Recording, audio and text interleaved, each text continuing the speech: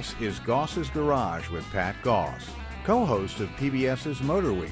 He'll take your calls and comments now at 844-885-4677 or email him at radio@goss-garage.com.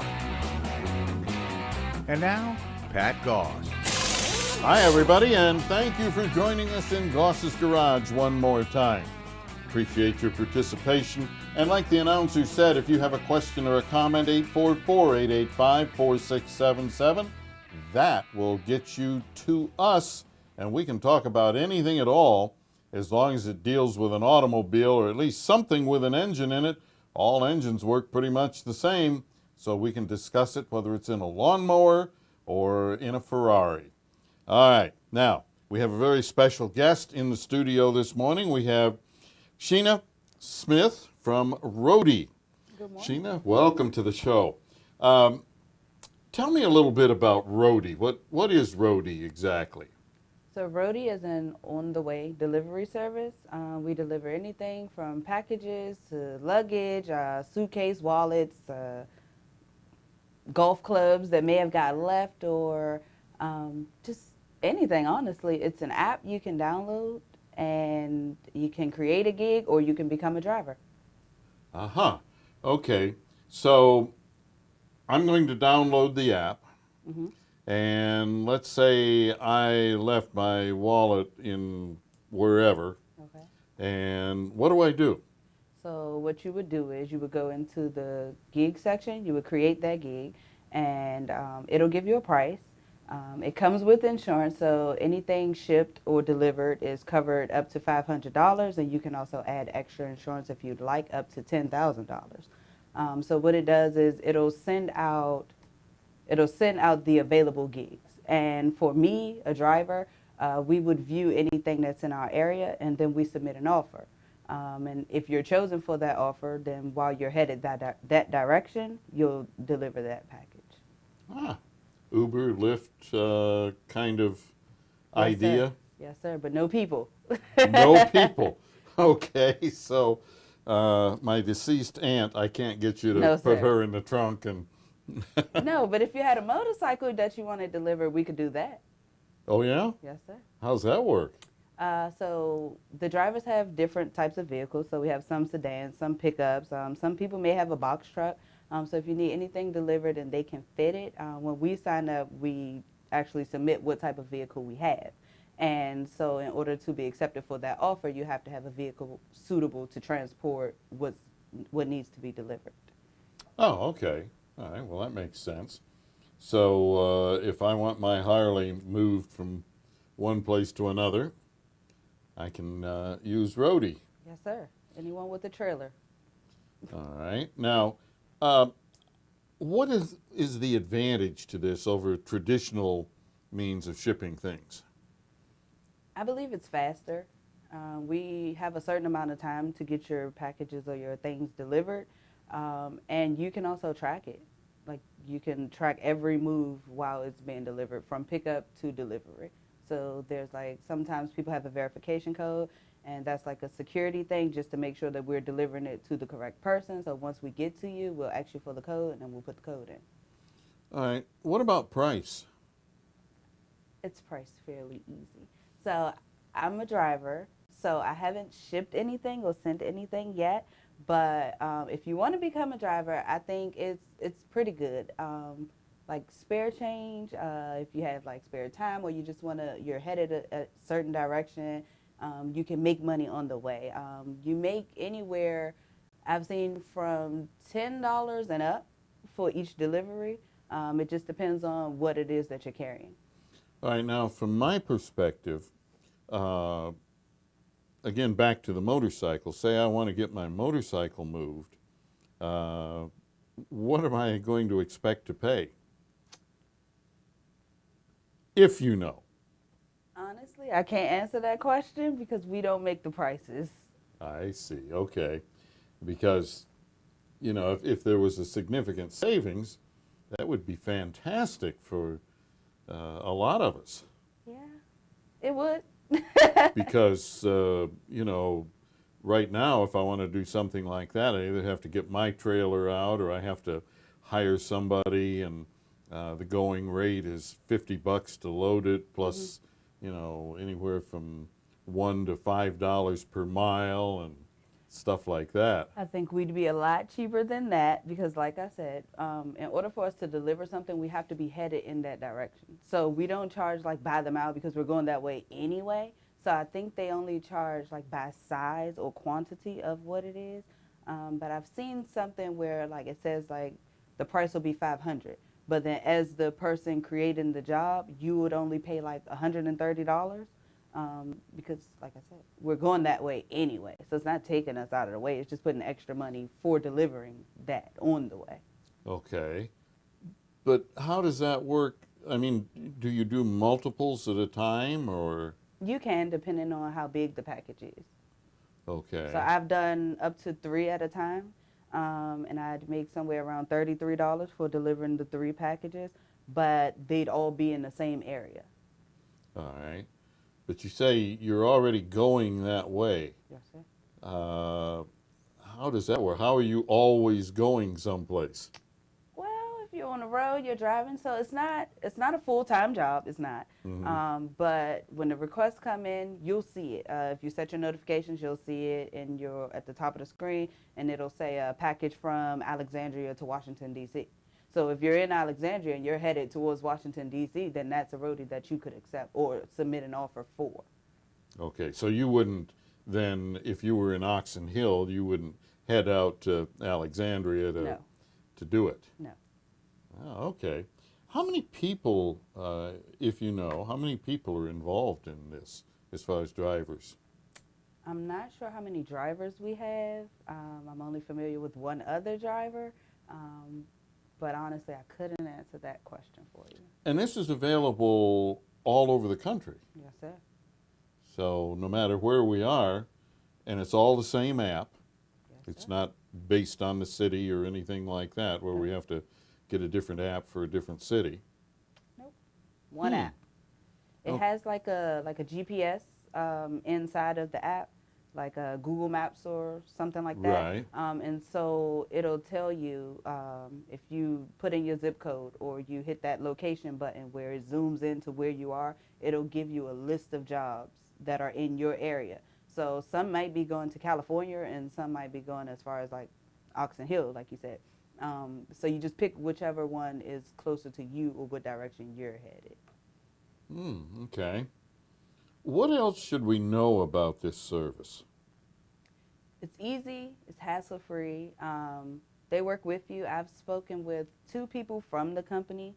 When you first sign up, when you get accepted for your first job offer, they come out, they greet you, they'll give you a roadie t-shirt, and so you feel like you're actually a part of it.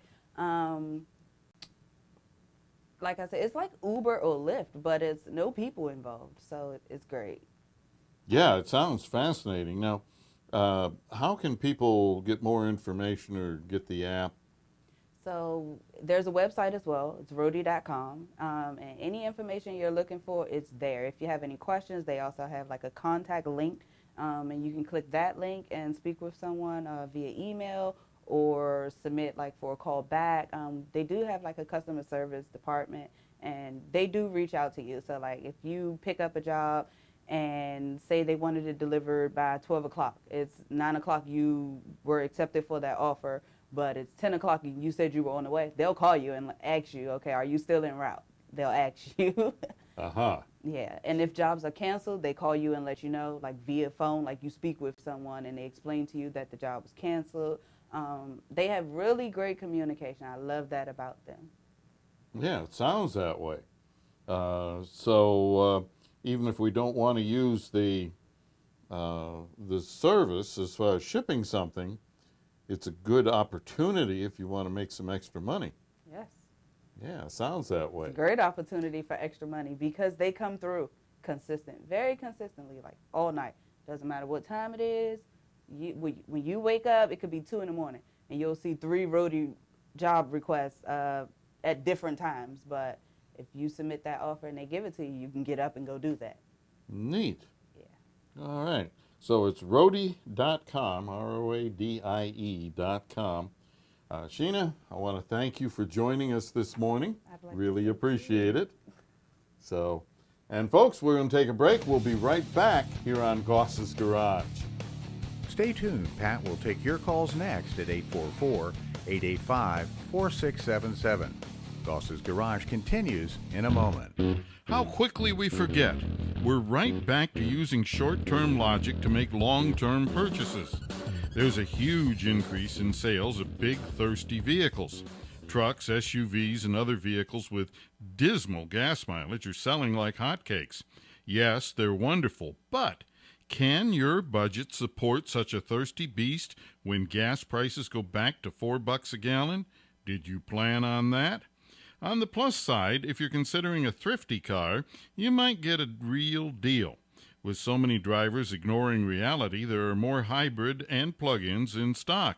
Traditionally, hybrids have not been a great deal because when gas prices are sky high, everyone wants one, which pushes their prices up.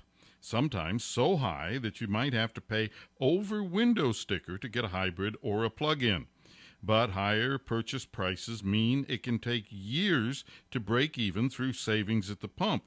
It has taken many drivers so long to break even that trade-in time came before they broke even.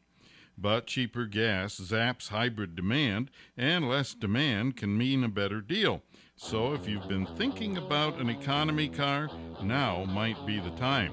That's using long-term logic to buy a long-term product. That's smart. Life changes at a ferocious pace these days, especially when it comes to maintaining our cars. For example, automatic transmissions now need regular fluid flushes. Transmission fluid breaks down with use, and although it may look fine, its additives wear out and it can no longer properly protect bands, clutches, seals, and other hugely expensive parts inside your transmission. Bottom line, more wear and a shorter transmission life.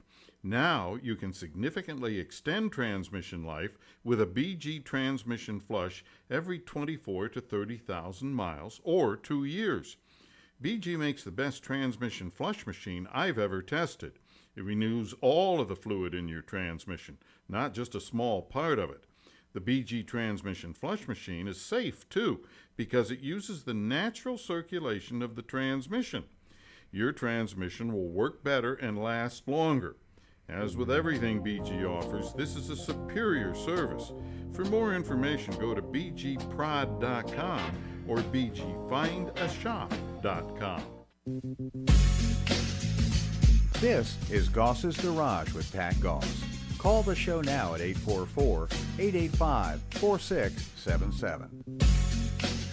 All right, you know, folks, we talk a lot about preventive maintenance and things like that, and I constantly get questions from you folks that ask why you need to do various things, and everybody seems to have some kind of a secret formula for avoiding an oil change or a coolant flush or something like that.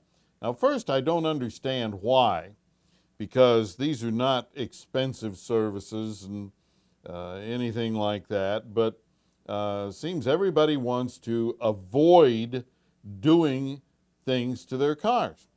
All right, well, let's take coolant, for instance. Why would you want to be really concerned with changing the coolant and flushing the cooling system? Well, one of the things, and this is something you may not know about, one of the things that happens in coolant is that the additives in it are depleted through use. All right? Now, what do those additives do? Well, they fight corrosion, number one. They help protect gaskets and seals, things like that. But one of the additives prevents a problem called cavitation. Now, what in the world is cavitation? Well, if you were to take a liquid and whip it up, you would find that you would have tiny little bubbles in it. And you would think, okay, so it's a bubble. A bubble is soft, a bubble is friendly, a bubble is neat. Well, it isn't in a car. It isn't inside an engine. There's nothing neat, there's nothing soft, there's nothing at all about it that is friendly to the inside of your engine. See, cavitation bubbles, what happens is, around the water pump, especially where there's circulation and so on, these bubbles form, and they're actually high pressure bubbles. And when they burst, those bubbles are strong enough that when the bubble bursts, what happens is it's like taking a BB gun and shooting a BB against the metal next to where the bubble is. Now, stop and think about that. Each time one of those bubbles bursts, what happens is you get this blast against the metal, and it peens this little teeny bit of metal away. It's microscopic. But if you were to take that BB gun and shoot it endlessly for days and weeks and months, maybe even years, against a piece of metal, sooner or later you would actually peen a hole right through the metal just with a BB gun. A BB gun that doesn't have enough power to penetrate metal of any sort at any time on its best day. But over time, millions of BBs or millions of bubbles keep blasting away at metal until the water pump fails. We've seen them come in where the water pump impeller, the part that circulates the coolant, that they are just completely gone, disintegrated from the cavitation. Now, this is especially common on some cars, but especially common on certain diesels. Like many diesel engines, you'll find that they have an anti-cavitation additive that has to be put into the cooling system on a regular basis. Now, that's incredibly important because on diesels typically have cylinder liners that the pistons move up and down in. And these liners are pressed into the engine block, and they're surrounded by water or coolant to cool the liners, cool the pistons and the rings and everything. Well, on diesels, what frequently happens from this cavitation is that eventually, even though these liners are 3/8 of an inch thick, maybe half an inch thick in some cases, over time the cavitation will actually blast holes right through those liners. And then you have a massive engine problem, costs thousands of dollars to fix in most cases. So that's one of the reasons that you want to change coolant regularly and always use the proper coolant for your car. Now, the thing is with the proper coolant, you see, some cars have high-speed water pumps, some have low-speed water pumps. Now, what's the difference?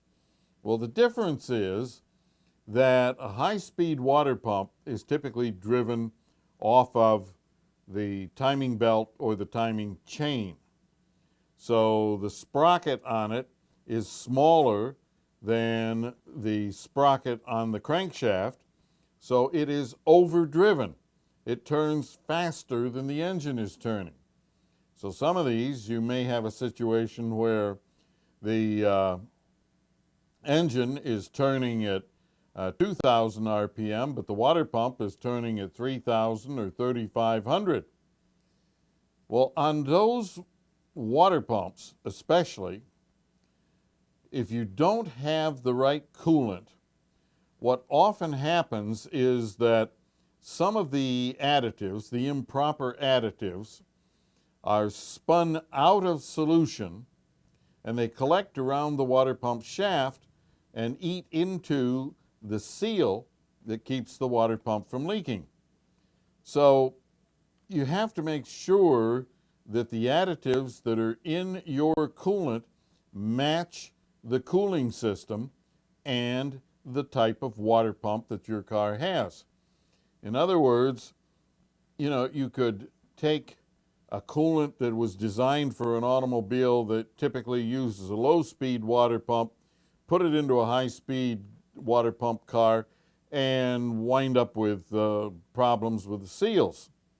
But if you went the other way, then what might happen is you might not have the proper additives to protect the seals and to protect the various parts of the cooling system, and then you would have similar problems, but for a different reason. So the thing is that you need to have the right coolant. Now, this time of the year, hopefully you are running the proper 50-50 mix of coolant and water, and you want to use distilled water.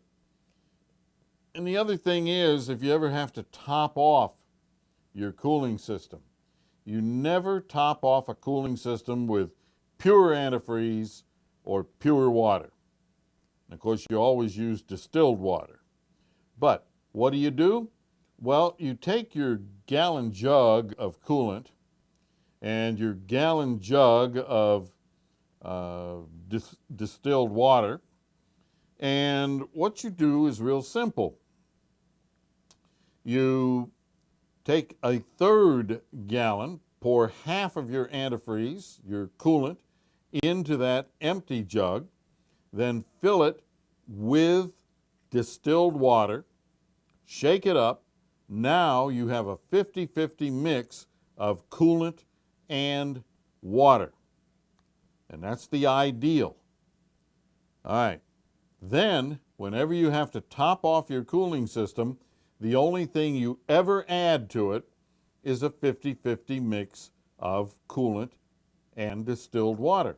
You never add pure coolant because that's going to upset the 50-50 balance. You never add pure water because that's going to upset the 50-50 balance. So that's the way you go about adding and topping off the cooling system. Now, there are other concerns here, of course, that coolants may be specific to a particular vehicle because of the type of material they use in a certain gasket, maybe an intake manifold gasket or something like that. And coolants for other vehicles may not have the proper additive or may not be formulated right to protect those specific gaskets, and you wind up with an issue. The other thing is you should be checking your coolant twice a year using coolant test strips. Now, just because coolant looks good doesn't mean it is good. You see, you have to check the acidity of it because coolant is always getting more acidic. Now, why is that an issue? Well, if you own an older General Motors car with a 3.8 liter engine, you probably already know why. Because if you didn't take care of the coolant, what happened was it became very acidic and they had a plastic intake manifold. The intake manifold had coolant running through it, and over time, as the coolant went bad, it would eat a hole right through the plastic intake manifold, and that was end of story. Lots of times it would kill the engine because the coolant would get into the oil, and before you knew it, you had engine problems. So it isn't just looking at the coolant. If the coolant looks bad, it is bad. But if it looks good, that doesn't mean it is good unless it can pass a coolant test strip test.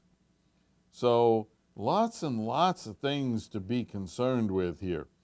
The other thing is a lot of vehicles these days have long life coolant in them. All right, long life coolant, what is it? Well, it's a coolant that lasts longer than the traditional ones of 20 years ago.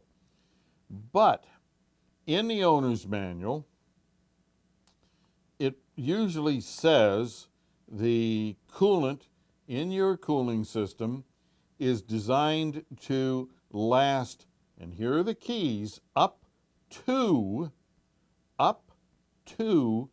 5 years, 150,000 miles.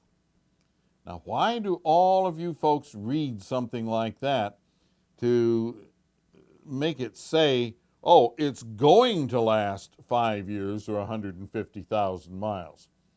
I can't tell you over the years how many hundreds, if not thousands of times we've had customers here in the shop that say, well, but my owner's manual says. Let's get your owner's manual out, sir. Let's read it and see exactly what it says. It doesn't say that it will last that long. It says it could last that long.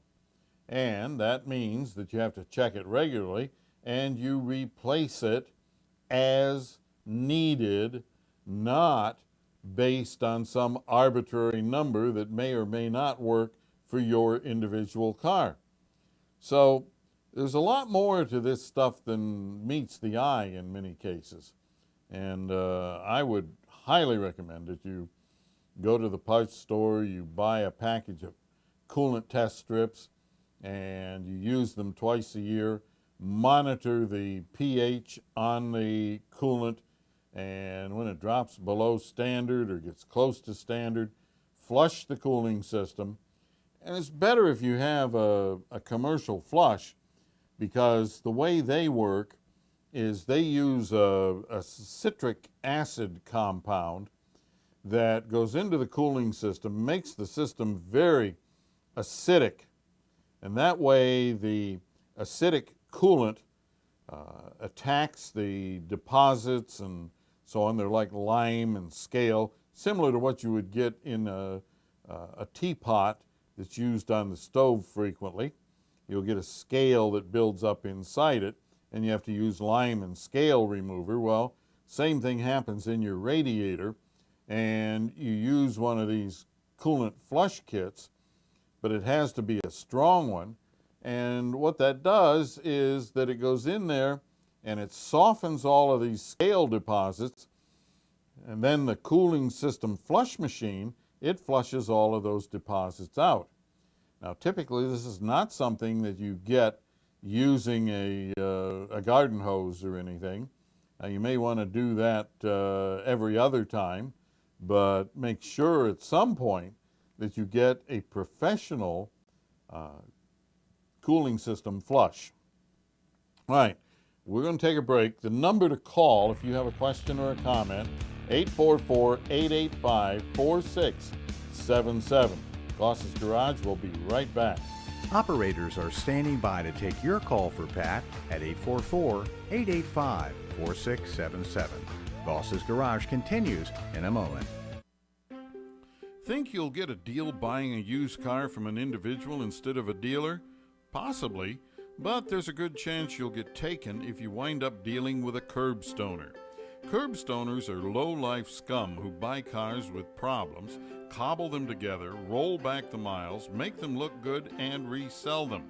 They usually claim the car belonged to a friend or relative, and there's a sad story about a death, financial woes, illness, or other tragedy. If you buy from one of these crooks, you'll probably get a great-looking car, but in poor mechanical or body condition at a slightly lower price. But you won't get a warranty or a good, reliable car. Curb stoner cars are often so bad they only have scrap value. There are curb stoner cars all over the internet, in nearly every shopping center and sitting along the road. Total loss, flood cars are a curb stoner favorite because there are tens of thousands of them and they're easy to disguise. So when buying off the street, question everything. When was the title issued? Is it in the seller's name? Does it show the seller's proper address? Is it from another state? Of course, always have a shop check any used car and get a Carfax vehicle history report before paying a dime. Curb stoners are crooks who will happily steal your money. so be really careful. I get lots of questions about BG products, many about specific products or services like, is BG44K really that good, or are BG transmission, cooling system, and power steering flushes actually necessary? But most popular of all, do I use BG products in my cars? Well, the answer to all of those questions is yes. A regular schedule of BG flushes and chemicals will deliver the longest possible life from all the lubricated and fuel delivery parts on your vehicles. And do I use BG products? You bet I do. I drive nice cars, and I drive a lot. Plus, my live radio and TV shows mean that my cars have to be absolutely reliable. A no start from dirty fuel injectors or a failed transmission just isn't acceptable in my life. Remember, deposits and dirty fluids ruin expensive parts. For reliability like I demand, visit one of the quality shops that sell BG products and perform BG services. To find a BG professional near you, bgfindashop.com. Now, back to Goss's Garage with your host, Pat Goss. All right, everybody, welcome back. We are talking about things that affect automobiles, yours included. You know, no car is immune to problems. I wish they were, but, I get people that come in and say, oh, well, I read in Consumer Reports, or I read here, or I read there that such and such car is infallible. There is no such thing as an infallible machine. Machines wear out. Machines break. I mean, those are just basic laws. All right. So don't buy a car expecting it's never going to need service, never going to have a problem, and so on. All right. One of the questions that has come in recently deals with batteries. And gentleman wrote in, he's having all kinds of problems with the car starting and one thing and another. And I told him to check the battery, and he writes back that, yeah, I checked the battery, it's fine. With the car turned off, it's 12 volts. Well, he says, well, actually, it's like 11.98 or something like that. Okay. He says, so it's fully charged. Well, I would disagree. I would totally disagree, because a fully charged battery in a car, 12-volt battery, is 12.73 volts. 12.73, not 12 volts. You see, at 12 volts, a battery, well, in his case, 11.989, something like that. Well, 11.96 volts on a 12-volt battery is only 40% charged. So, it's 60% discharged at that.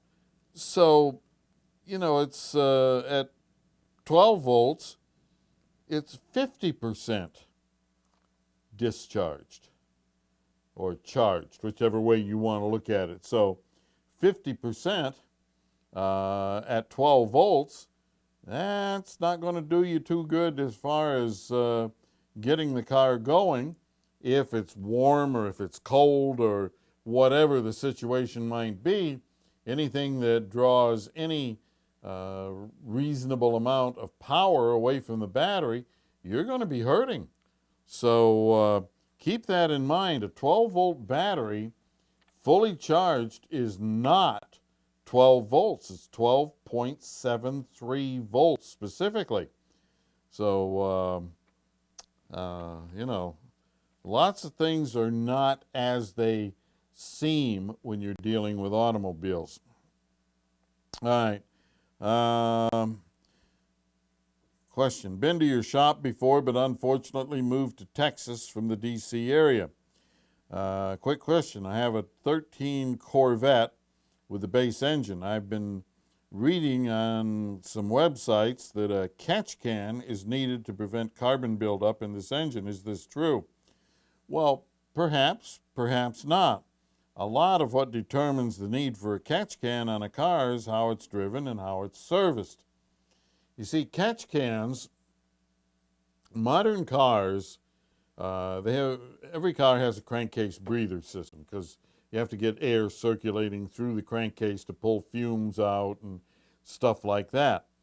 Well, the fact of the matter is that in many cases on some cars, especially cars that are driven hard, and Corvettes tend to be one way or the other, either they get the dog water driven out of them or they are driven so gently that why bother? Well, the fact of the matter is that the harder you drive a car, the more pressure there is in the crankcase. And the more pressure there is, the more fumes accumulate there because the fumes come from losses around the pistons during combustion. And those fumes get down into the crankcase and they need to get out of there. And the crankcase breather system, that's what sucks all of this garbage, these fumes and everything out of the crankcase, circulates them back around and into the intake. Now here's where the problem comes in. Some cars, if they're driven hard, you'll find that the crankcase breather system will actually pull some oil out of the crankcase.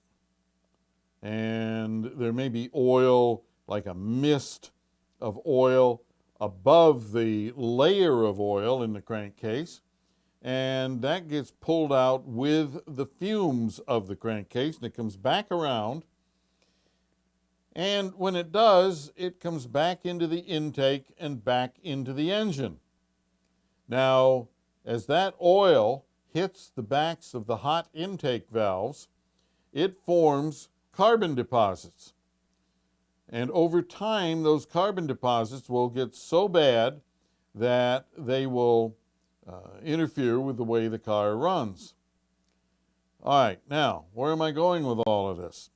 Well, modern engines, you see, they use mostly direct fuel injection, which means that the fuel is injected directly into the cylinder. It isn't squirted across the back of the intake valve, and like it was in older engines. This is a much more efficient way to get the fuel into the engine, but back in the day, what happened was, before direct injection, the fuel would spray onto the back of the intake valve and it would wash the deposits off of the intake valves. Well, some people say, but yeah, that would only clean it in one spot. No, it wouldn't, because valves, as the engine runs, the valves very slowly turn.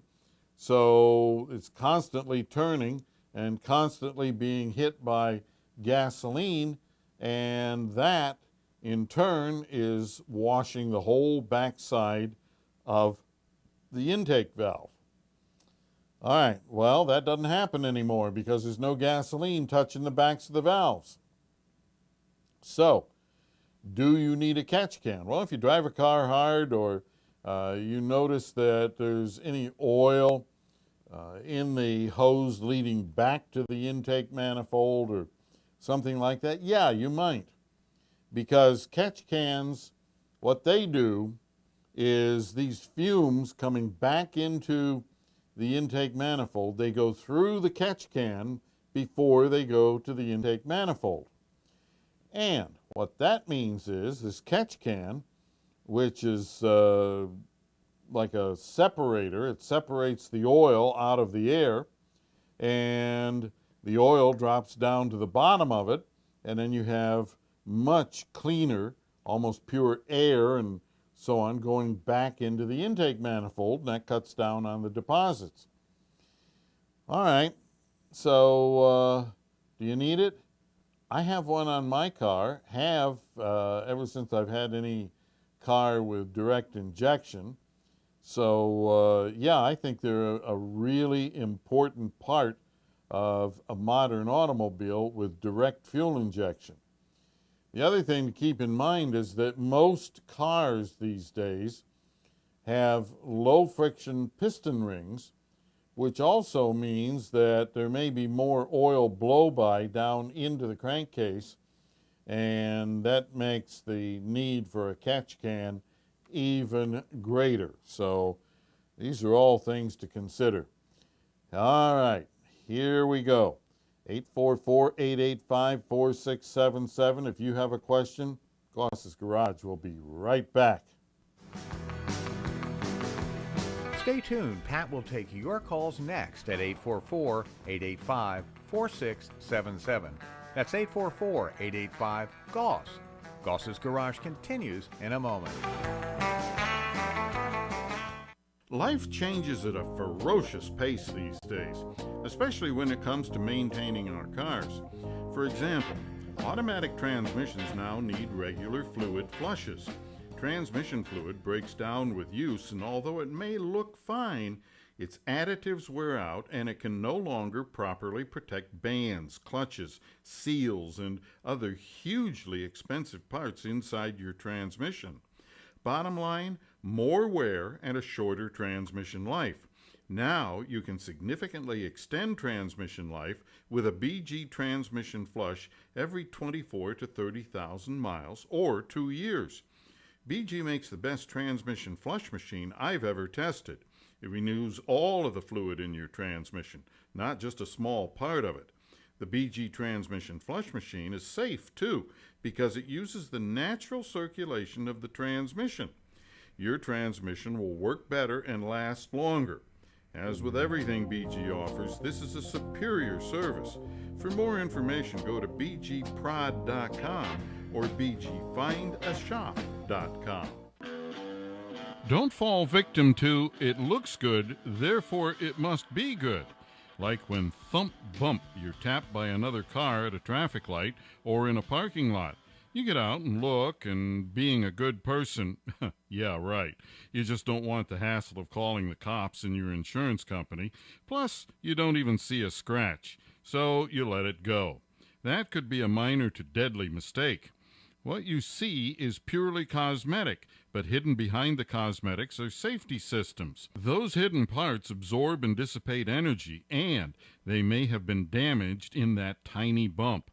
The problem is that unless you have energy absorbers and crumple zones checked, they may not protect you if your car is hit again in the same spot. Most safety parts are one-time use, and that first minor bump may have used up a portion of their effectiveness. Then, in an actual accident, they're only partially effective.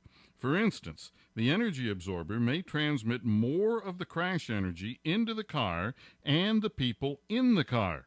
That could mean the difference between no or minor injuries or something worse, especially for young or elderly passengers. Even in bumps that seem like a total non-issue, take a minute to exchange information, then have the safety parts behind the bumper checked. It might save a life. This is Goss's Garage with Pat Goss. Call the show now at 844-885-4677. That's 844-885-GOSS. And now, Pat Goss. And this part of Goss's Garage is brought to you by our good friends at BG Products. Check them out. All right, we're answering your emails today.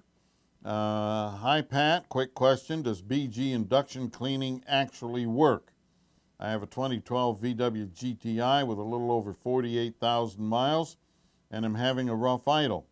The technician at the dealer said that it is caused by carbon buildup in the intake and recommended a BG induction cleaning that costs about $160. I just spent over $1,000 to have the carbon buildup manually cleaned on my 2010 VW CC. Will the BG induction be a cheaper alternative? Well, yeah, probably so, but here's the problem. Number one, I don't know which type of equipment your VW dealer has. I can tell you that the VW or the BG induction system service is a really, really good service. We use it here in the shop all the time. I have it done on my own cars. But the other thing is, how bad are the deposits in your car? You know, there comes a point where you don't have a choice but to manually clean these things because there isn't any way to get enough chemical through to dissolve all of the deposits in some cases. 48,000 miles, I wouldn't think that the deposits would be that bad. So I would think that the BG induction service would do the job. And certainly it isn't going to hurt anything, and $160, even if it doesn't cure it, you're going to get $160 or more worth of benefit out of it simply by cleaning various parts in the induction system. So yeah, I would highly recommend it. And for anybody that's looking for BG products or services, online it's BG Prod for products, bgprod.com. And then to find a shop that sells the services and so on, it's bgfindashop.com and put in your zip code. All right, let's see. Where do we go here? Nah, we're not going to go with that one. All right. Hello, Goss's Garage. I have a 2008 Saturn Vue that the engine shakes and at times hesitates to accelerate. I ran the scanner through. Okay. Hopefully it survived. And it gave me two codes. P302, cylinder 2 misfire detected. P302, cylinder 2 misfire. All right, well, that's the same thing. I am tired of running from mechanic to mechanic to mechanic and them telling me that the ignition coil is okay, or they look good, or there is no problem at all, and etc.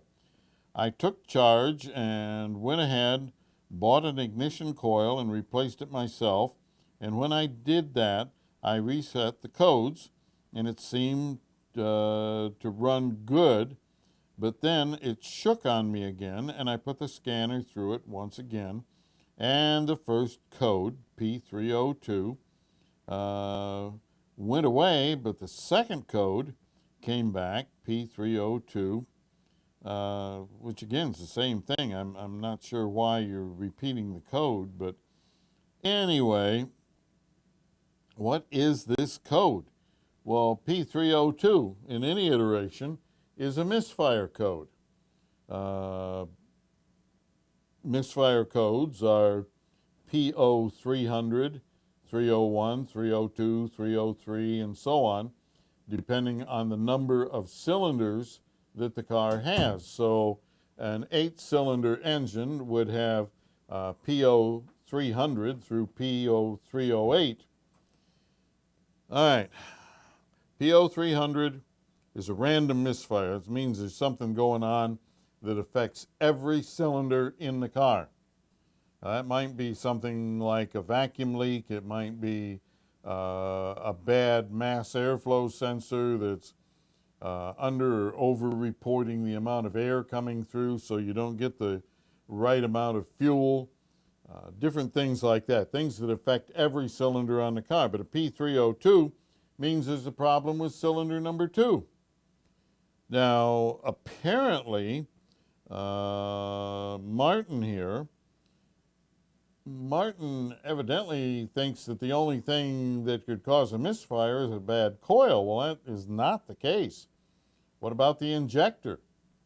What about a sticking valve? What about a burnt valve? What about all kinds of things? A vacuum leak that could lean out the mixture on cylinder number 2 and so on. These are all things that you should look at, and the big thing here is that the diagnostic routine for the code P0302 is going to be test P0302. You've heard me say it many times in the past that the code does not tell you what to replace, what to repair. It tells you the number of the test to perform to find out what's wrong. So even though it might say ignition coil, or in many cases it might give you a description, might say oxygen sensor lean or something like that, just because the word oxygen sensor or ignition coil or any one of these parts, because its name is in the code description, does not, absolutely does not mean that that's the part that is bad. It might mean that in some cases, but the only way to find out is to run the diagnostic routine, because in most cases there are multiple things that could cause any particular code. And what the diagnostic sequence is going to do is it's going to go down through each one of the things that could cause the code. Now, as you do these tests, one by one, you're going to eliminate each one of the things until you reach one that fails the test. Then that is the bad part. So, you run the test that has the same number as the code, and that will eliminate one by one each one of the possible causes.